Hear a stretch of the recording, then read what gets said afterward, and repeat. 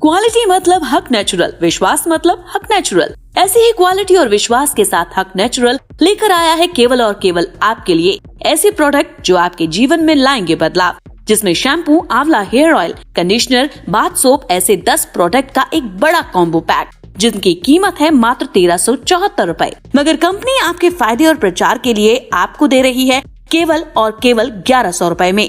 जी हाँ, केवल 1100 रूपए में। और इतना ही नहीं, कंपनी इसके साथ आपको दे रही है एक फेशियल किट बिल्कुल फ्री, जिसकी कीमत है 895, जो आपके चेहरे पर लाएगी सुंदर और नेचुरल निखार। तो आज ही ऑर्डर करें और अपने हक के साथ हक से मांगे हक प्रोडक्ट। नमस्कार, मैं सुभाष सम्राट आपको बता दें कि भारतीय किसान यूनियन के नेताओं ने जो एसडीएम शासनी को ज्ञापन दिया, किस संबंध में ज्ञापन दिया, उनसे जानना चाहते हैं। जो राष्ट्रीय अध्यक्ष है भारतीय किसान यूनियन के, क्या नाम है आपका? चौधरी हरपालपुर का राष्ट्रीय अध्यक्ष हूँ। और किसानों की, मजदूरों की समस्याओं के लिए हमने धरना प्रदर्शन कर दिया है, रोजाना कर रहे हैं। कल किसी तहसील में, कल लखनऊ करेंगे उत्तर प्रदेश की ओर से, और गवर्नमेंट के मंत्रियों को समझाने का प्रयास करेंगे। तो ये कमी कर रहे हैं आप, ये गलतियां कर रहे हैं, ये इस जगह पे आपने एसडीएम शासनी को जो ज्ञापन दिया है, किस बिंदुओं पे आपने ज्ञापन दिया है? ये पानी नहीं है नहरों में, पानी नहीं है रोडों पे नहीं, पानी नहीं है नहरों पे, बिजली नहीं है, तो बिजली के लिए हम फ्री देंगे, ये करेंगे। सरकार झूठ बोलती है, सारी धान और बाजरा की फसल सूख रही है, तो सूखाग्रस्त घोषित किया जाए उत्तर प्रदेश, ये भी मांग है।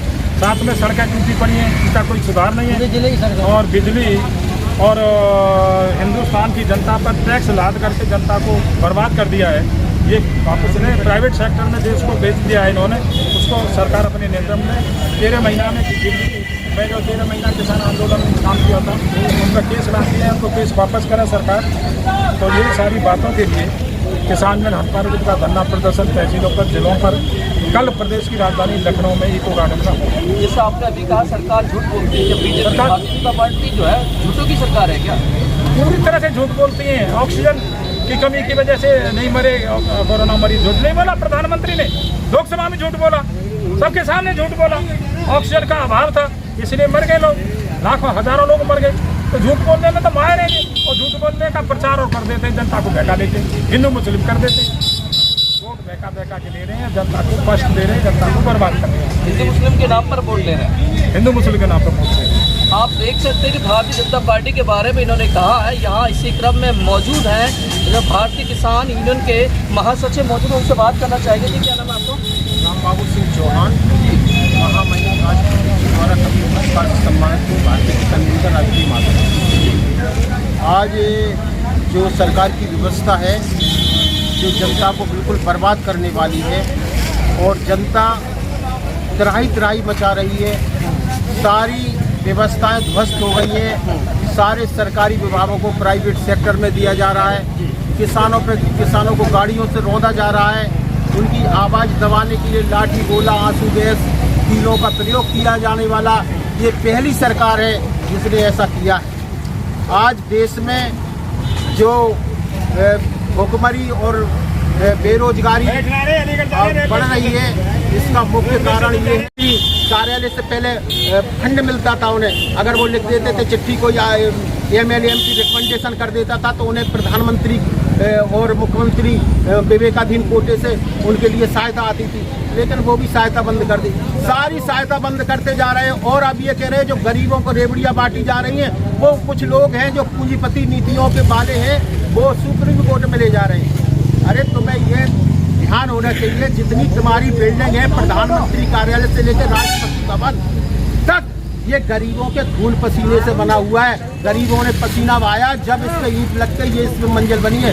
जितनी पानी की टंकी है, जिसका पानी पीते हो और जिससे तुम नहाते धोते हो, प्रधानमंत्री जी, और जब प्रधानमंत्री वो मजदूर उस टंकी पे काम करता है, नीचे देखता है तो छोटे छोटे बच्चे दिखाई देते हैं, आदमी भी। तो ऐसे लोग, इन मजदूरों ने खून पसीनों से ऐसी बिल्डिंगें खड़ी की, आप उनके लिए कुछ नहीं कर सकते हो। आपको इस तरह का टैक्स देते हैं और आप कहते हैं रेवड़ियां हम बंद करेंगे। शर्म आनी चाहिए देश के प्रधानमंत्री को, जो गरीब होने की बात करता है कि मैं चाय वाला हूं, प्रधानमंत्री बना है। एक पूंजीपतियों का टट्टू बन के रह गया है। ऐसे प्रधानमंत्री को, अगर प्रधानमंत्री में ताकत है तो मुझे आज ही जेल भिजवा दे। कोई भी एजेंसी हो उससे कह के हमें आज जेल भिजवा दे, मुझे कोई चिंता नहीं है। लेकिन गरीबों की बात करना जो हमारे अंदर टीस है, मैं बता रहा हूँ कि प्रधानमंत्री जी समय रहते हुए जनता ने तुम्हें चुना है, प्रधानमंत्री जैसी कुर्सी पे बैठाया है, MLA MP बनाए हैं, उनके तुमने मुंह बंद कर रखे हैं। उनकी आवाज़ को बोने और जितनी एजेंसियां हैं, चाहे CBI हो चाहे कोई भी हो, उन्हें अपना पालतू तोता बना रखा है, जिसको चाहे उसके ऊपर छोड़ देते हो। तो सही बात कहने वाला भी आज गुनहगार बता दिया है आपने। तो भाइयों, ऐसा कभी नहीं हुआ है।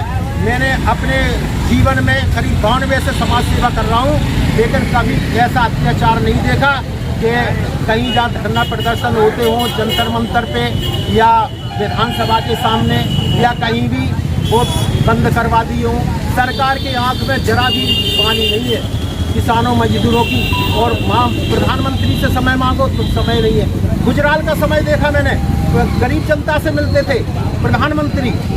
मैंने मुख्यमंत्रियों को देखा, आजकल मुख्यमंत्री ऐसे हैं, मंत्री ऐसे हैं जो सही बात बिल्कुल करते ही नहीं है। उनकी चिट्ठियां लिखेंगे अपने महत्वपूर्ण लोगों के लिए सिर्फ, बाकी जनता के लिए तो दिखावी चिट्ठी है, उन पर कोई कार्रवाई नहीं होती है। आप देख सकते हैं भारतीय जनता पार्टी की कार प्रणाली पर भारतीय किसान यूनियन ने जो है निशाना साधा है। अत्याचार जो भुखमरी और बेरोजगारी बढ़ रही है, इसका मुख्य कारण ये है कि जो सरकार की नीतियां हैं सब पूंजीपतियों के द्वारा जो बनाई जा रही हैं उनको सरकार चला रही है। इससे पूरे देश का किसान मजदूर गरीब तबाह होकर रह गया है। आज सरकारी नौकरियों का अभाव है। सब प्राइवेट सेक्टर में जहां SDM कोर्ट जाइए या कहीं भी जाइए, प्रशासन में लेके कहीं भी कोई सरकारी नौकरी नहीं मिल रही है। सारी संविदा पर रखे जा रहे हैं और लोगों की नौकरियां छिन गई हैं। माननीय प्रधानमंत्री जी कहते हैं अग्निपथ योजना में हम जब 40 लाख रुपए देंगे रिटायर होने पे। मैं ये पूछना चाहता हूँ प्रधानमंत्री जी, आपने जो देश के आयुष्मान कार्ड बना है, मेरे स्वयं की एक बहन आगरा में रहती थी, वो ख़त्म हो गई। ये आयुष्मान कार्ड था, लेकिन सारे प्राइवेट डॉक्टरों ने मना कर दिया। कोई कहता है इससे घुटनों का इलाज होता है, कोई कहता है हमारे यहाँ माइंड का इलाज होता है, अगर पैसा लेके जाओ तुरंत इलाज होता है। तो प्रधानमंत्री ने जो प्रधानमंत्री रिलीफ जो फंड था वो भी बंद कर दिया। मुख्यमंत्री ने बेबी कोटा बंद कर दिया। और आज जो आयुष्मान कार्ड है उसमें गरीबों का कोई लाभ नहीं मिल रहा है, लोग मर जाते हैं। और इलाज उन्हीं लोगों का होता है जो दिखावे के लिए जो टीवी पे दिखाए जाते हैं कि इसका आयुष्मान से इलाज हो गया। बाकी सारी इनकी योजनाएं हैं बिल्कुल धरातल पे मजबूत नहीं है। और पूरा देश इन लोगों की झूठी बातों से परेशान हो गया है। और मैं ये बता रहा हूँ कि मोदी जी, एक समय था कि जो था जनरल डायर और वो था जनरल डायर था, उसे भी बड़ा घमंड था, उसे भी विदेशों में जाके मार दिया। लेकिन आज इस बात को सोचना होगा देश के नेताओं को कि अगर गरीबों पे अत्याचार किया तो बुरा हाल होगा। कि गरीबों को मत सताइए, जाकी मोटी हाय और जिसकी हाय से लोहा तक भस्म हो जाए। मैं बता रहा हूं कि मोदी जी, जो आप पूंजीपतियों को देश को सौंप रखा है, वो आप गरीब परिवार से हैं।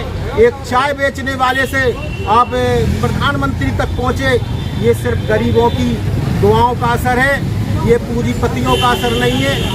लेकिन मैं प्रधानमंत्री जी से यही निवेदन करना चाहता हूँ कि अभी भी समय है, वक्त के रहते ये राम के नाम को भी बदनाम कर रहे हैं, इसे भी बंद करना छोड़ दें, नहीं तो ये सिखों को बदनाम करने की कोशिश की गई। सिखों के गुरु के बारे में प्रधानमंत्री को याद होगा, जिन्होंने अपना बलिदान किया, जो तलवारों से काटे गए और जो बोलती कढ़ाई में उनको भूजा गया। ऐसे अत्याचार किए मुगलों ने, सिखों ने ऐसी कुर्बानियां दी, उनको आतंकवादी कह के नवाजा गया। आप यही कह रहे हैं कि भारतीय जनता पार्टी जो है मजदूरों का अत्याचार कर रही है, किसानों का अत्याचार कर रही है? मैं बिल्कुल ये खुले दिल से कह रहा हूँ, ये भारत सरकार जो किसानों, गरीबों, मजदूरों पे इतना बुरा अत्याचार कर रही है, कि प्रधानमंत्री चंद पूंजीपति जो शहर के कुछ लोग हैं उनके कहने में आकर बड़ा खुश है कि वो सरकार इन्हें बता देते हैं कि बहुत बढ़िया शासन चल रहा है और गरीबों की आवाज़ दबाई जा रही है, उन्हें अस्पतालों में इलाज नहीं है। मैं ये कह रहा हूँ, मैंने एम्स देखा, एम्स बंद हो गया, बड़े बड़े हॉस्पिटल बंद हो गए। अब तो सरकारी हॉस्पिटल है, सफदरजन में भी दवाई नहीं है। जहाँ गरीब बेचारा बिलख बिलख के 2 गोलियाँ दे जाती है, जिनका कितना किराया खर्च होता है वो भी नहीं न करता है। बहुत से लोग, देश के लोग सफदरजन पहुँचते हैं और सफदरजन में भी इलाज नहीं है। तो ऐसी सरकार से हमें क्या फ़ायदा है, गरीबों को क्या फ़ायदा है? इसके लिए हमें कुछ भी कुर्बानी देनी पड़े, हम चाहे पूरे जीवन भर हमें जेल में डाल दिया जाए, मुझे कोई चिंता नहीं है। अगर मोदी में ताकत है, मैं ये बता देना हूँ, गरीबों के लिए हम बहुत बड़ा संघर्ष किया हमने। हमें अगर सरकार चाहे NSA में भेजे, चाहे राष्ट्र किसी भी टाडा में भेजे, कुछ भी करे, लेकिन हम इसके लिए तैयार हैं। आप देख सकते कि जो है भारतीय किसान यूनियन का कहना है कि भारतीय जनता पार्टी गरीब विरोधी सरकार है, किसान विरोधी सरकार है और भारतीय जनता पार्टी में जमकर के मजदूर और किसानों का विरोध हो रहा है। और कुछ कहना चाहेंगे आप? मेरा कहने का मतलब यही है, अभी सुधार का समय है। जनता ने मोदी जी को चुना, यहाँ के MLA MP, आज MLA MPओं की बात नहीं मानी जा रही है। संगठन मंत्री सरकार चला रहे हैं। मैंने ये देखा है, एक विधायक के पास गया, मैंने कहा संगठन मंत्री के लिए एक लेटर लिख लो। अरे मैं नहीं लिखूंगा उस सुनील बंसल के लिए, वो तो गाली देता है विधायकों को। ऐसे संगठन मंत्री हैं जो इनसे विधायक और MLA MP भी डरते हैं। तो ये लोग क्या बात करेंगे पार्लियामेंट में, क्या असेंबली में बात करेंगे, कैसे जनता की पहुंच पहुंचेगी? हम लोग हैं जो अपना घर बार छोड़ के, अपना पैसा बर्बाद करके कहीं दिल्ली, कहीं लखनऊ, कहीं अपने ज़िले पे धरना प्रदर्शन करके शासन प्रशासन को बात पहुंचाते हैं। लेकिन अभाव ये है कि कुछ बड़े चैनल हैं वो इस चीज़ का प्रसारण नहीं करते हैं। जो हमारे कुछ छोटे चैनल हैं जिनके अंदर वास्तव में देश बार छोड़ के अपना पैसा बर्बाद करके कहीं दिल्ली, कहीं लखनऊ, कहीं अपने ज़िले पे धरना प्रदर्शन करके शासन प्रशासन को बात पहुंचाते हैं। लेकिन अभाव ये है कि कुछ बड़े चैनल हैं वो इस चीज़ का प्रसारण नहीं करते हैं।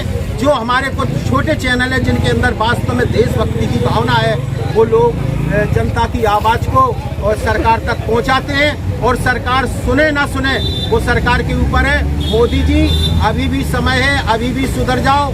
आपने कई ऐसे काम किए हैं जो वास्तव में माफ़ी के काबिल नहीं हैं। और आज देश में जो राम नाम को बदनाम किया जा रहा है वो भी गलत है। राम के नाम पर हिंदू मुसलमान किया जा रहा है, जगह जगह दंगों की दहशत फैलाई जा रही है तमाम लोगों को।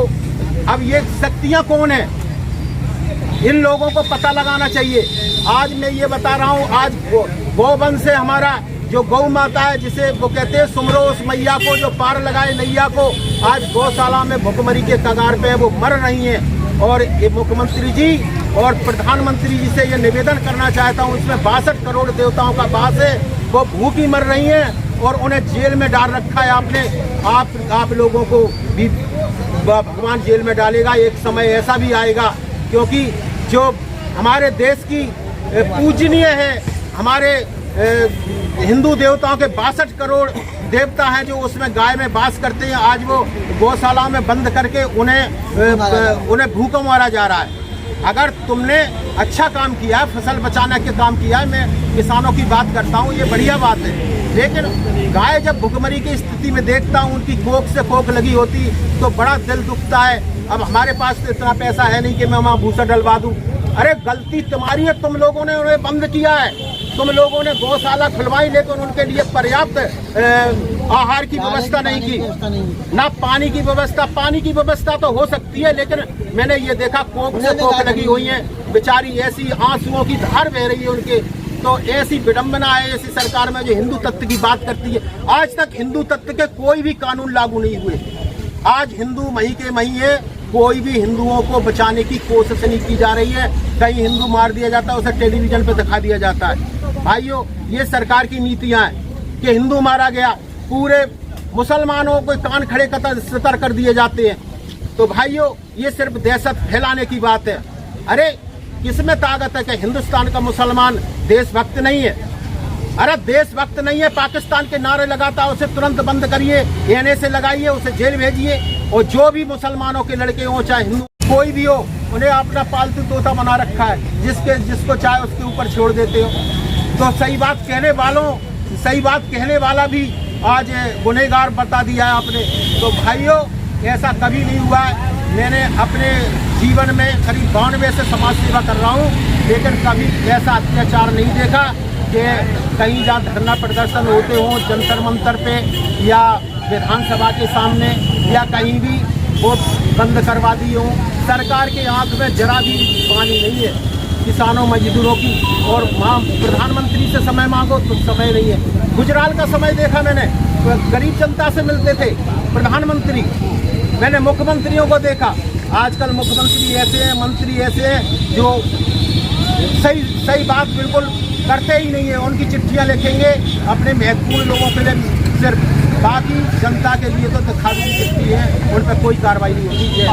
आप देख सकते हैं भारतीय जनता पार्टी की कार प्रणाली पर भारतीय किसान यूनियन ने जो है निशाना साधा है। अत्याचारी सरकार बताया है, किसान विरोधी सरकार है, गरीब विरोधी सरकार है। और इन्होंने एसडीएम शासनी को ज्ञापन दिया है। वो कहे राज्य मंत्री जेल जाना चाहिए। दिल्ली बॉर्डर पर दर्ज 13 महीना के केस सरकार शीघ्र वापस ले। दिल्ली बॉर्डर पर लाखों लोग जमे, केंद्र सरकार ने कोई कसर नहीं छोड़ी, आंसू गैस के गोला छोड़े, कील वहाँ गाड़ी, गाजीपुर बॉर्डर पे कील गाड़ी पे गाड़ी, और सिंधु बॉर्डर टिकरी बॉर्डर पर तमाम वहाँ पर आंसू गैस के गोला, रबड़ की गोलियाँ, लाठीचार्ज, पानी, गर्म पानी, डंडा। ये जाति किसानों के साथ की, इसलिए किसान जीते भगवान की कृपा से। और ये अहंकारी लोग हारे और कृषि जो वो है वो कॉन्ट्रैक्ट फार्मिंग का कानून वापस लिया और माफी भी मांगी प्रधानमंत्री जी ने। प्राइवेट सेक्टर देश में प्राइवेट सेक्टर देश को दे दिया, मजाक बना लिया। अनिल अंबानी अडानी को देश दे दिया तमाम, और तो कोई कुछ है ही नहीं। हाँ ठीक है।